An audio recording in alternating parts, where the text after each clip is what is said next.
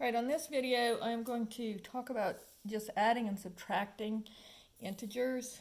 And when I think of integers, I think of positive numbers as going up and negative numbers as going down, just like they do on the y-axis. So this is a good way to think about integers. And so first let's start with just adding.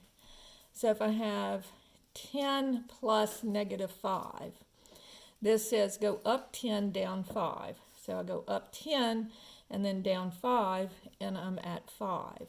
So notice that this is adding a negative is the same as subtraction, because positive times negative is negative. So this is the same as 10 minus 5 equals 5. So if I have negative 8 plus 7, well, that would say go down 8 and then up 7. So this would be negative 1. Notice you can change the order. You could say this is 7 minus 8. And so that would again be go up 7 and then down 8 would be negative 1.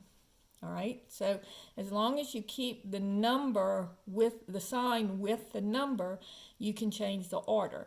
Because adding and subtracting are really the same thing. Subtracting is just adding a negative. All right, now let's do two negative numbers. So if I have negative 4 plus negative 3, so it says go down 4 and then go down 3 more. So I end up at negative 7. So if the two numbers are the same sign, we're going in the same direction both times, and so you're adding the numbers. If we're going one of them is positive and one of them is negative, then it means we're going in one direction one time and the other direction the other time. So there we're going to subtract the numbers. So if I have 324 plus negative 200. So that says go up 324 and down 200. And so that would be 124. So it doesn't matter whether the numbers are on this chart or not. It just means you need to know whether you're going up and down or if you're going up and up or down and down. So if I have negative 500 plus negative 342, that would be down and down. So it's negative 842. All right. Now, let's look at if I'm subtracting. So if I have negative 5 minus negative 3. So minus a negative is the same as plus a positive. So this is going to be negative 5 plus 3. So down 5, up 3, you're going to be at negative 2. All right. If I have negative 7 minus 8, well, this is go down 7 and down 8. So down 7, down 8 more, I'm going to be at negative 15. All right. So if I have minus a negative, it becomes plus.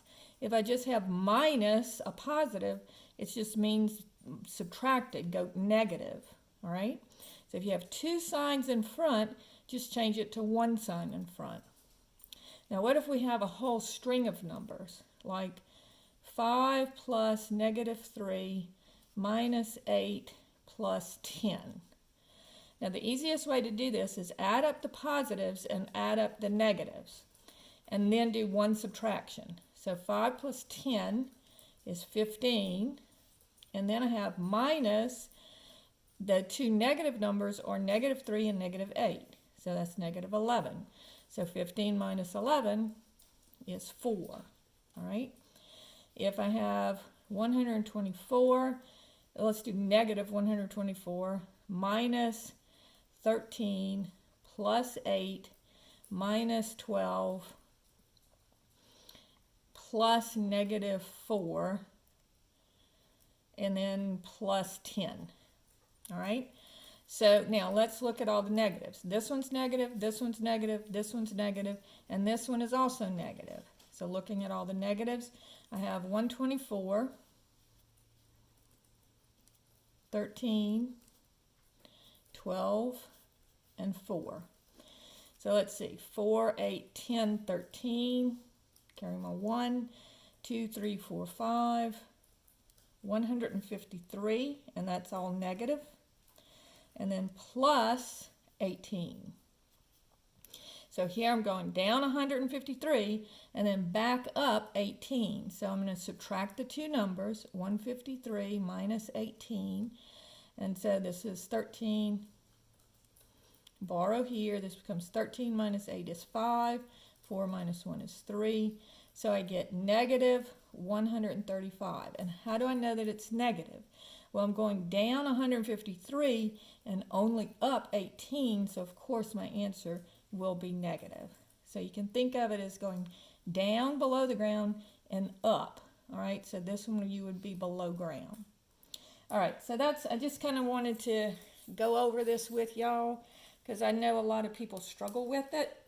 Of course, you can always still use your calculator.